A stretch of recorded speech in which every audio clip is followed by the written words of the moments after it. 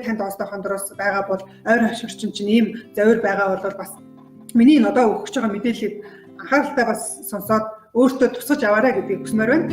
За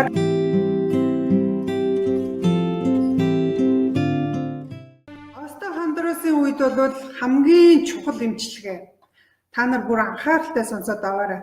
Остеохондросын үед хамгийн чухал эмчилгээ нь юу вэ гэхээр бидний нурууны нугалмуудыг барьж байгаа, түүнийг хөдөлгөөнийг нь зохицуулж байдаг тэр нэг чухал эрхтэн байгаа. Тэр эрхтэн дээр анхаар. Тэр эрхтэн бол булчин юм аа. Энэ ерөнхийдөө орчин үеийн анагаах ухаан дээр нуруу нугалмын тухай ярихдаа дандаа юм булчин шүрмэс холбоосгүй юм ясны зургийг харуулад ясан дээрээ л яриад мөгөөрсөөл яриад байдаг. Гэтэл энэ мөгөөрсөж тижээдэг юм нь хаанаас тижээл нь орж ирдэг вэ гэдгийг бид нар бодох хэрэгтэй юм байна. Хэрвээ бид нар одоо цэцэг тарилаа гэж бодъё те. Хэрвээ тэр цэцгийг сайхан дэлбэлүүлээд сайхан ургуул яг гэвэл цэцгээ бид нар услах хэрэгтэй, бордох хэрэгтэй. Цэцгийг услахтаа бордохдоо бид нар навч руу нь бордоогоо цацдаггүй, хөрс рүү нь бордоогоо цацдаг, хөрс рүү нь услахаагаа хийдэг те. Тэр хөрс нь болохоор тэр үндсээрээ дамжаад тэр мод цэцгнийхаа одоо ишээр дамжаад тэгээд цэцэглүүлдэг, ургуулдаг ийм зохион байгуулалттай яг явдаг шиг бидний нурууны яс, нурууны нугалмын хооронд байгаа мөгөөрсийг тижээж яадаг тэр хөрс нь юу вэ? Хөрс нь юу вэ гэхээр бидний одоо булчин тэр шүрмэс байгаа. Тэгэхээр бид нар энэ дээр ерөөсөө энэ остеохондросын хамгийн чухал эмчилгээ болвол булчин шүрмэс холбоосыг тижээх юм аа. Түүнийг маш сайн тижээж чадах юм бол бидний мөгөөрс хатуурахгүй. Мөгөөрс хатуурахгүй бол тэр нугалмын хоорондох ойртохгүй, мэдрэл дарагдахгүй болно гэсэн. Цаад ингээд бүр ингээд шалтгааныг нь хайгаад олох юм бол бид нар юу явдггүй гэхээр ерөөсөө энэ остеохондроос сэргийлэх юм уу, нөхөн сэргийлэх эмчилгээнд хамгийн чухал нь бидний нурууны болоод хүзүүний булчингаал сайн тижээх хэрэгтэй. Булчингаал сайн эрүүл байлгах ийм хэрэгтэй болж байгаа. Ер нь остеохондроос хүндрээд ирэхээр эмчнэр бол юу гэж хэлдэг вэ гэхээр хагалгаанд орл гэдэг. Мэс засалд ор гэдэг те. За мэдээж шаардлагатай болтлоо одоо мэдрэл нь нугасаад арцсан, мэдрэлээ хавччихсан юм байвал мэдрэл одоо мэс засалд орлгүй л яг уу. Гэхдээ мэс засал гэдэг бол ерөөсө хамгийн сүүлийн шат болохоос биш. Нөгөө дээгүүр мэс засал гэдэг бол тухайн өвчтнийг яг аюулаас аварч байгаа, аюул тулгарсан үед нь аварч байгаа хөдөлмөрийн чадварыг тодорхой хэмжээгээр сайжруулж одоо нөхөн сэргээж байгаа болохоос биш. Тухайн хүнийг эрүүл болгож байгаа юм бол огт биш. Өөрөөр хэлбэл мэс засал гэдэг бол хүнийг эрүүл болгодоггүй, нөхөн одоо сэргээдэггүй, зөвхөн тухайн хүний биед аюул учирсан үед нь аюулаас аварж байгаа хөдөлмөрийн чадварыг тодорхой хэмжээгээр нэмэгдүүлж өгж байгаа ийм арга байгаа. Тэгэхээр хүн эрүүл болохын тулд дээр нь биеэ нөхөн сэргээхийн тулд хүн өөрөө хичээх хэрэгтэй. Тэгэхээр эрүүл мэндэ нөхөн сэргээхэд хэрэгтэй тэр мэдлэгийг олж авснараа зөв арга хэмжээг бол бид нар авах болно гэсэн үг. За ихэнхдээ энэ остеохондросын үед өвдөлт өгж байгаа хүмүүс бол бариа засал хийлгэх, зүү төөнүүр тавиулах, за өөр шарлаг хийлгэх гэдэг ийм физик эмчилгээнүүдийг бол хийдэг. За зарим тохиолдолд бол өвчин намдаах эм тариа гэдэг ийм бэлтгэлүүдийг бол хэрэгэлдэг. За өвчин намдаах эм тарианы хувьд бол төр зургийн л арга хэмжээ. Өөрөөр хэлбэл тэр өвдөлтийг мэдэрж байгаа эрхтэн булчин. Тэр булчингийн өвдөлт мэдэрж байгаа тэр дохиогийн дамжуулалтыг нь л блоклоод өгч байгаа. Өөрөөр хэлбэл тэр тархи руу энд өвдөд байна штэ гэд одоо хов зөөж байгаа тэр хэлж байгаа тэр мэдээллийг нь өвчин намдаах юм бол блоклоод дарангуулж өгж байгаа болохоос биш тэр булчин өвдсөн хэвээрээ л байж байгаа. Тэгэхээр өвчин намдаах юм бол өвчнийг эмчилж байгаа хэрэг бол огт биш. Та мэдэхгүй байгаа болохоос цаан чинь өвчин одоо булчин чинь чангарсан хэвээрээ, шүрмэс чинь татсан хэвээрээ тэр хэсгийн асуудал бол яг хэвэндээ л байгаа гэсэн. Тэгэхээр энэ бол бидний мэдрэл булчингийн хооронд холбоосыг л таслаад одоо утасны сүлжээг таслаа хийчихвэл бид нар утсаар ярьж чадахгүй болчихдогтай яг адилхан тийм байдалд хүрэж байна гэсэн үг байна шүү дээ. Тэгэхээр мэс заслын одоо тэр шатанд хүрэхгүйгээр эм тариа ууж элэг одоо ходоодоо гэмтээхгүйгээр бие яаж одоо энэ нуруу нугалмаа яаж эрүүлжүүлэх вэ гэхээр бид нар бол энэ яг стандарт энэ эмчилгээнд заагаад өгсөн аргаас арай өөр аргыг л хэрэглэх хэрэгтэй болчиход байгаа. Тэгэхээр стандарт эмчилгээ нь одоо энэ эмчилгээнд болохоор остеохондросын үед бол булчин энэ шүрмэс холбоос гэдэг эдгээрт бол ерөөсө бараг ач холбогдол бол өгдөггүй. За яг сүүлийн үеийн эмнэлгүүдэд бол яг хажуудалд нь нөхөн сэргээх юм дасал хөдөлгөөний одоо хөдөлгөөнөөр эмчлэх янз бүрийн юм кабинетууд нэгдсэн байна лээ. Энэ бол бас их сайшаалтай. Гэхдээ тэнд очиж үйлчлүүлдэг хүн бас хэдий байгаа байлээ. Тэгэхээр хүн болгон очих цагийн хувьд нөөц болгоцоо муу байдаг учраас очиж чадахгүй байгаа даа. Тэгэхээр энэ лайвыг үзэж байгаа хүмүүс бол хэрвээ танд Осло хондроос байгаа бол ойр орчин чинь ийм завир байгаа бол бас миний одоо өгч байгаа мэдээллийг анхааралтай бас сонсоод өөртөө тусгаж аваарай гэдгийг хүсмээр байна. За тэгэхээр бидний энэ 4 мэд зурагт харуулсан энэ нуглам яс, энэ нуглам ясны энэ ойр орчинд чинь тэр чигээрээ маш олон тооны булчингууд байгаа. Ер нь хүний биед 700-аад булчин байдаг гэж үздэг. Хүний биед булчин бол хүний биеийн нийт биеийн массынх нь 60%-ийг эзэлж байгаа. Тэгэхээр бидний биед бол булчин гэдэг чинь мах шүү дээ, тийм. Тэр энэ булчин бол хүний биеийн хамаг ихэнх хэсгийг бол эзэлж байгаа ийм том одоо эрхтэн байх нь шүү дээ. Тэгэхээр булчингийн хамгийн гол олон үүрэгтэй булчин бол ер нь хүний биед ямар хэрэгтэй вэ гэдээ асуухаар хүмүүс булчингүй бол хүн хөдөлж чадахгүй гэж хэлнэ. Тэгэхээр мэдээж булчин бол хүний хөдөлгөөнийг хийхэд удирддаг тэр гол үүргийг гүйцэтгэдэг ч гэсэндээ булчингийн өөрийнх нь хамгийн том үүрэг нь юу байдаг вэ гэхээр булчингийн хамгийн том үүрэг нь тээврийн үүрэгтэй, тээвэрлэх үүрэгтэй. Бидний булчингийн дотор мэдрэлийн судсууд явж байгаа.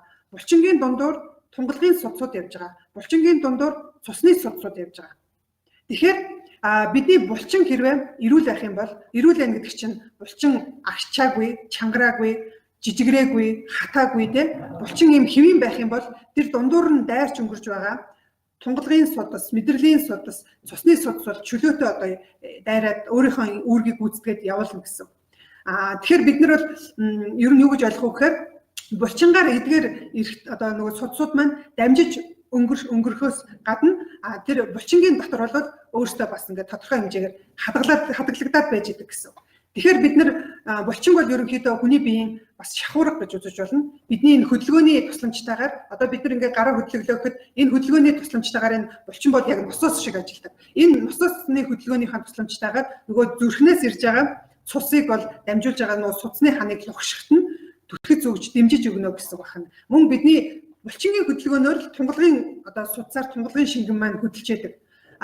Зүрх шиг тунгалгын судсанд шахуурга гэж байхгүй, тунгалгын судсыг шахдаг тэр эргэтэн бол булчин байгаа.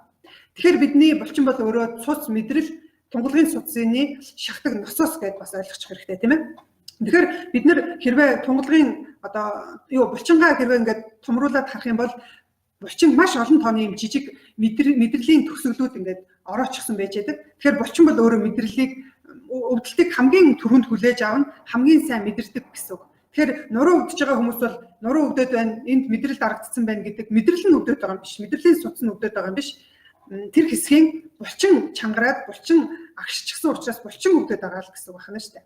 Тэгэхээр бид нар булчингийн өвдөлтийг навдахжээж булчингаа тэжээж бид нар энэ нуруу нугламынхаа үйл ажиллагааг хэвэн явуулна гэсэн. Тэгэхээр бид нар одоо жишээ нь ингээд байнгын хөдөлгөөнгүй байгаа, байнгын суугаа байгаа байх юм бол бидний энэ нуруунд гэхэд 270-аад булчин байгаа. Нийт биед бол 700-аад булчин байгаа. Тэрэн дотроосоо бидний нуруунд болохоор 270-аад булчин байгаа. Тэр булчингууд маань болохоор 270-аад булчин байгаа. Тэр булчингууд маань болохоор 270-аад булчин байгаа. Тэр яг энэ арсны доор булчин байхаас гадна тэр нугламын цаана хүний гар хүрэхгүй гүний булчингууд бол зөндөө байдаг. Тэгэхээр тэр гүний булчингууд задгаар бид нар монголчууд мал гаргадаг учраас бид нар ингээд жишээ нь хонио гаргаад хоньны нурууг ингээд шулахад чинь тэр махантай ерөөсөө тэр нуруу нугламыг тойрол байж байгаа үстэй тий. Яг тэр шиг л хүний нуруунд тийм тойрсон гүний булчингууд бол зөндөө байна гэсэн. Тэр булчингийн ачаар бидний нуруу маань хэрэгцээтэй кальцаа, эрдсээ авж байгаа, мөгөөрс маань хэрэгцээтэй шимт хичээлээ авж байгаа гэсэн. Тэгэхээр бид нар мөгөөрсөө тэжээ гэвэл, ясаан тэжээ гэвэл тэднэр чинь өөрийн нөгөө одоо ясанд юу гэж байхгүй шүү дээ. Мэдрэлийн судас гэж байхгүй, тунгалгын судас, цусны судас гэж байхгүй. Одоо бидний мөгөөрсөнд бол байхгүй. Тийм учраас тэд нар чинь тэжээлээ яаж авах вэ гэхээр ерөөсөө булчингийнхаа тусламжтайгаар л тэжээлээ авдаг. Тэгэхээр булчингийн нэг том үүрэг бол юу ах вэ гэхээр тээврийн үүрэгтэй болдог байна шүү дээ тийм. Тэгэхээр бид нар хөдөлгөөнгөө суугаад ахаар тэр хэсгийн булчин хөгжил муу болно гэсэн. Тэгэхээр хөгжөөгүй булчингийн тэр хэсэгт бол явандаа юу өсгөх вэ гэхээр тэжээлийн дутагдалд орсноос болоод нуруу хүзүү маань өвддөг болно гэсэн байна шүү дээ. Тэгэхээр бид нар ерөнхийдөө эндээс Яг тэр Осто хондроос үүсгээд байгаа бүр хамгийн цаад шалтгаан, язоор, үндэс, уг үндэс нь юу вэ гэхээр бид нар булчингаа ажилуулахгүйгаас болоод булчингийн хөгжил муу болоод булчингийн хөгжил муу болохоор тэр хэсэгт очих цусны хангамж муудна. Тэр хэсэгдийн одоо нөгөө одоо тижээлийн одоо хүрэлцээ муудна. Тэгэхээр хүрэлцээ нь муудж байгаа тэр хэсэгдэх мөгөөрс яаж одоо өөрийгөө төлжүүлэх вэ? Яс яаж өөрийгөө төлжүүлэх вэ? Тэгэхээр тэр хэсэгт бол нөгөө тижээлийн дутагдлаас болоод мөгөөрс маань одоо уян хатан чанараа алдаад бүх бот чанараа алдна гэсэн үг. Тэгэхээр бид нар нугалмын хооронд ачаалал өгөхөд бид нар жишээ нь өсрөх ч юм уу хүнд юм өргөхөд нугалмын хоорондох зай ойртохдоо тэр дунд нь байгаа жиргэвч бол шагтж байгаа. Тэгэхээр уян хатан чанартай байх юм бол буцаад хэвийн байдалд орох ёстой байтал нөгөө уян хатан чанараа алдсан мөгөөрс чинь яаж юм? Тэгэхээр шагагдсан хэвээрээ үлдчихнэ. Бид нар эрзэнийг уян хатан гэдгийг мэдэн шүү дээ. Эрзэнийг сунгаад буцаад тавихад агшдаг. Хэрвээ эрзэн бүр сулраад ингээд хаалганы эрзэн ч юм уу те эрзэн ингээд уян хатан чанараа алдаад илэгдээд хуучирсан эрзэн бол хаалгаа дутуу хаагаад эхэлдэг штэ. Яг тэрэн шиг бидний мөгөөрс маань сунж агших юм уян хатан хөдөлгөөнтэй гэхдээ энэ шиг биш ингэж дээш доршуулна л да ширхгүүд нь босоо ширхэгтэй. Одоо мөгөөрс гэхэд бидний чихчгсэн мөгөөрс штэ. Гэхдээ чихний мөгөөрс энэ жиргэвч дискний мөгөөрс хоёр бол арай өөр бүтцийн хувьд өөр. Тэгэхээр бидний нугалан ясны хооронд байгаа жиргэвчний ширхлгүүд нь бол юм босоо ширхлэгтэй. Тэр мөгөөрс маань ачааллыг аваад мөгөөрс одоо хоёрын нугалан байлаа. Нугалан хоорондоо ойртоход мөгөөрс шахагдаад буцаж ингээд хэвийн байдалд орох юм уян хатан чанартай байх хэрэгтэй байтал тижээл дутагдсанаас болоод өөрөө тэр мөгөөрс маань хатуураад шохожин гэдэг чинь ерөөсө хатуурна гэсэн үг шүү дээ. Хөгшрөөд одоо хөгшөрсөн юм чинь ингээд хатуурдаг үстэй. Тэгэхээр бидний тэр нугалан маань өөрөө шохожоод хатуураад уян хатан чанараа алдснаасаа болоод тэгээд яг яснууд нь хоорондоо шүргэлцээд нөгөө нугаламууд нь хоорондоо шүргэлцээд эхэлнэ. Мөгөөрс нь өөрөө багассан тэр хэсэгтэр ачааллыг нь авахын тулд энэ тэндээс нь яс ургадаг. Нөгөө нугаламын яс нь урагчдаг, ясны ургалт явагддаг. Тэгэхээр яс ургалт гэдэг бол өөрөө мөгөөрс байхгүй болоод ирэхээр тэнцвэрийг нь алдагдуулахгүй тул бие махбод өөрөө ингэж илүү тийм юу ургаж, хэсэг ургуулж өөрөө өөрийгөө тэнцвэртэй байлгах гэж байгаа хариу үйлдэл байгаад байгаа. За тэгэхээр эндээс та бүхэн юу гэж ойлгох вэ? Ганцхан энэ булчин нурууны хүзүүний булчин дээр биш. Биеийн бүх хэсгийн булчин дээр адилхан. Хэрвээ та баг өдөртөө их суугаа байдаг одоо явдаггүй алхдаггүй те ийм байх юм бол таны гойны булчин хөгжихгүй. Өвдөгний булчин хөгжихгүй. Ингээд хүний бие чинь өөрөө ингээд цаанаас зохион байгуулалт нь босоо ингэж байралтай. Хөлн дээр ингэж ачаалал аваад байх тусмаа булчингууд нь өөрөө тодорхой хэмжээгээр одоо эрхтнүүд нь гимтээд эргээд идэгэхдээ улам томордог, улам бөхчдөг. Хүн гიშгээд явж байхад ясны идүүд тодорхой хэмжээгээр гимтэн. Гэхдээ маш бага микро хэмжээнд гимдэн. Эргээд эдгэрэхдээ бороолсон яс улам бүдүүн болдог штэ. Тэрэн шиг улам бөхчдөг. Тэгэхээр хүн алхах тутмаа, гүйх тутмаа өөрөө хэлбэл байгалийнхаа яг унган хөдөлгөөнийг хийж булчингаа ажилуулах тусмаа хүний бие улам чангарна. Улам одоо яс бөхчдөг, улам булчин томорч, улам одоо эрүүл болдог. Гэтэл бид нар тэхгүй шүү дээ. Ажил дээрээ сууж байна, гараад машинд сууж байна, эсвэл автобусанд сууж байна. Гэртээ хараад зурхтны удирдлагаа бариад сууж байна. Ямар ч хөлөнд ачаалал өгөхгүй. Хөлний уланд ачаалал өгөхгүй бол таны энэ бие дөргихгүй бол тэр яс чинь бөхчихгүй. Улам л яс чинь хэврэгшээл, улам булчин чинь хөгжил нь муудаал, улам атингар болоод, улам жижигрээл явна гэсэн үг байна. За тэгэхээр ерөөсөө энэ хүзүү нурууны шохожилт ч байна уу? Ер нь ямар нэгэн эрхтний үйл ажиллагаа хэвэн болохын тулд яг цаад шалтгааныг нь олох хэрэгтэй. Шалтгааныг нь олсон тохиолдолд та тэр үүсгэж байгаа одоо эрсдэл хүчин зүйлийн алга болгоод ингээд арга хэмжээ аваад их юм бол заавал тэр мэс засалт хүрэхгүйгээр, заавал энэ тарианд хүрэхгүйгээр ингээд өөрийгөө эрүүлжүүлэх боломж бол бүрэн байгаа шүү. Тийм учраас булчингаа хөгжүүлээрэй гэж би хэлэх гээд байгаа. Хэрвээ булчингаа хөгжүүлэх юм бол энэ чинь эргээгээд таны юунд хэрэгтэй? Одоо нуруу үзүүний шохожилттай хүмүүсийг нөхөн сэргээхэд хамгийн чухал одоо юу болно гэсэн үг байна тийм ээ.